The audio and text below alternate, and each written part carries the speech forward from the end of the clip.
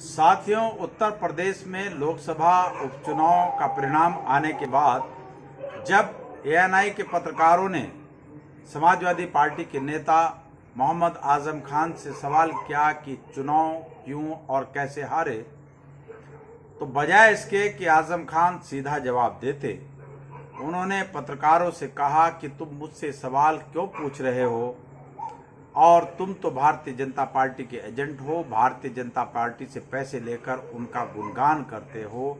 और साथ ही उन्होंने ये भी कहा कि आप हमसे सवाल क्यों पूछ रहे हो, हम तो कमज़ोर हैं, हम तो अंधे हैं, हमने तो अंधों का चश्मा भी अपनी आंखों पर लगा लिया।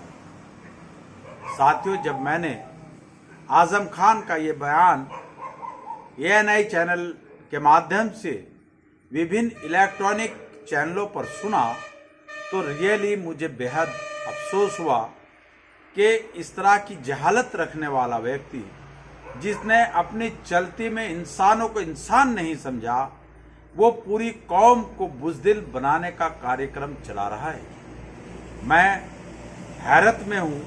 मुझे अफसोस है कि जो व्यक्ति 9 बार विधायक रहा हो, जो व्यक्ति मौजूदा दौर में विधायक हो, जो व्यक्ति सांसद रहा हो, जिस व्यक्ति की पत्नी राज्यसभा की सांसद रही हो, मौजूदा दौर में विधायक हूं, जिसका बेटा मौजूदा दौर में विधायक हो, और जो व्यक्ति खुद समाजवादी पार्टी की 4-5 दफा बनी सरकार में दर्जनों विभागों का कैबिनेट स्तर का मंत्री रहा हो, अगर वो शख्स, वो व्यक्ति ये कहे कि मैं कमज़ोर हूँ, हम कमज़ोर लोग हैं, तो फिर आप अंदाज़ा लगा सकते हैं कि क्या ऐसे व्यक्ति को जनप्रतिनिधि बने रहने का कोई अधिकार है? ऐसे व्यक्ति को जनप्रतिनिधि बने रहने का कोई अधिकार नहीं है। इसलिए आजम खान साहब को तत्काल प्रभाव से अपने पद से त्याग पत्र दे देना चाहिए, क्योंकि कमजोर लोग क़यादत के लायक नहीं होते, कमजोर लोग नेतृत्व के लायक नहीं होते, जनप्रतिनिधि के लायक नहीं होते। और आजम खान का ये बयान पूरी मुस्लिम कौम को, तमाम मुसलमानों को मायूसी के गर्त में धकेलने के बराबर है। उनको बुज़दिल बनाने का एक कार्यक्रम है। अब ये कार्यक्रम भाजपा आरएसएस के साथ मिलकर आजम खान चला रहे हैं या उनके अपने दिमाग की उपज है?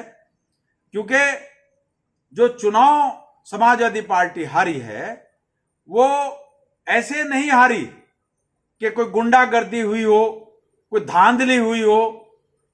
वो इसलिए हारी है कि अखिलेश यादव अंदर खाने आरएसएस के हाथों की कठपुतली बने हुए हैं, डरे हुए हैं, घबराए हुए हैं, और वो फुल टाइम एसी के अंदर रहते हैं। कार्यकर्ताओं से वो नहीं मिलते, चंद उन नेताओं से मिलते हैं जिन नेताओं ने सत्ता के दौरान अखिलेश यादव के लिए उगाही करने का काम किया था। उन्हीं चंद नेताओं के साथ अखिलेश का तालमेल रहता है और उनसे मिलते हैं। बाकी जो उनके मतदाता हैं, जो जनता है, उनसे अखिलेश यादव का कोई सरोकार नहीं है। अगर अखिलेश यादव आजमगढ़ में अपने रिश्तेदार को, अपने भाई को चुनाव ना लड़ाते, तो बहुजन समाज पार्टी का कैंडिडेट शाह आलम गुड्डू 1000% चुनाव जीतता।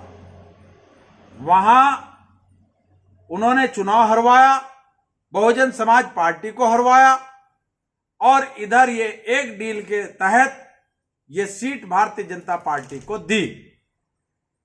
इस संबंध में जब ये चुनाव परिणाम आया तो एआईएमआईएम के सांसद बैरिस्टर असदुद्दीन ओवैसी ने ट्वीट कर कहा कि रामपुर और आजमगढ़ के नतीजे से साफ जाहिर होता है कि समाजवादी पार्टी भाजपा को हराने की कुव्वत नहीं रखती और ना ही उनके अंदर इतनी काबिलियत है कि वो सब भारतीय जनता पार्टी को चुनाव हरा दें।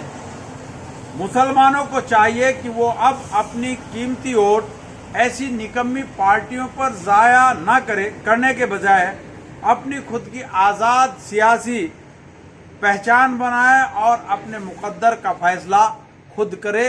ये मोहम्मद बैरिस्टर असदुद्दीन ओवैसी ने ट्वीट किया है। साथियों, मैं एडवोकेट इंतखाब आज़ाद आजम खान से अपील करूंगा कि वो अपने पद से त्याग पत्र दे दें, क्योंकि उन्होंने खुद एक्सेप्ट किया है कि हम कमज़ोर लोग, हम अंधे हैं, हमने आंखों पर अंधों का चश्मा लगा लिया है। ये एडवोकेट इंतखाब आज़ाद नहीं कह रहे, बल्कि खुद आजम खान ने कहे हैं। और जो व्यक्ति अंधा हो, जिसकी आंखों पर अंधों का चश्मा लगा हो और जो कमज़ोर हो, वो क़यादत के लायक नहीं होता, वो नेतृत्व के लायक नहीं होता, वो सदन के अंदर किसी गलत कानून का विरोध नहीं कर सकता। तो ऐसे व्यक्ति को, जो खुद भी अंधा हो, जो खुद भी कमज़ोर हो और कौम को भी कमज़ोर करने का षड्यंत्र रच रहा हो, ऐसे व्यक्ति को जनप्रतिनिधि बने रहने का कोई नैतिक अधिकार नहीं है। इसलिए उन्हें तत्काल प्रभाव से अपने पद से त्याग पत्र दे देना चाहिए। साथियों, आपने मेरी बात को ध्यानपूर्वक सुना, उसके लिए आपका बहुत बहुत धन्यवाद। जय मूल निवासी, जय संविधान, खुदा हाफिज।